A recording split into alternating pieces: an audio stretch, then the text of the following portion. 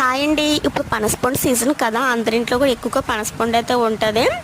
నేను చెప్పినట్టు ఈ విధంగా ఐస్ క్రీమ్ అయితే చేసుకొని ట్రై చేయండి. చాలా టేస్టీగా ఉంటుంది. అలాగే మన చేతితో ఐస్ క్రీమ్ చేసుకున్నామంటే సాటిస్ఫాక్షన్ కూడా ఉంటుంది. దానికోసం ఏం కాదు, పనస తొనలు తీసుకోండి, దాంట్లో గింజ తీసేసి ఇలా ముక్కలు కోసుకుని మిక్సీ జార్లో అయితే వేసుకోండి. అందులోనే పటికి బెల్లం కానీ పంచదార కానీ వేసుకోండి. నెక్స్ట్ పాల పొడి ఉంటుంది కదా, మిల్క్ పౌడర్ అంటారు, అది కూడా మిక్సీ జార్లో వేసుకోండి.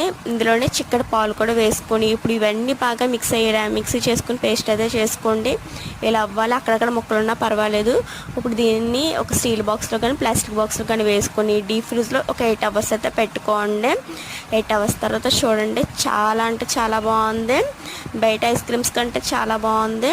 ట్రై చేయండి. మా బాబుకి నాకు చాలా బాగా నచ్చింది. ఇలా ఐస్ క్రీమ్ చేసుకోవడం వల్ల హెల్త్కి కూడా చాలా మంచిది. ఈ వీడియో కనుక నచ్చినట్లయితే మా ఛానల్ సబ్స్క్రైబ్ చేయండి. మరిన్ని వీడియోస్ కోసం కామెంట్ అయితే చేయండి.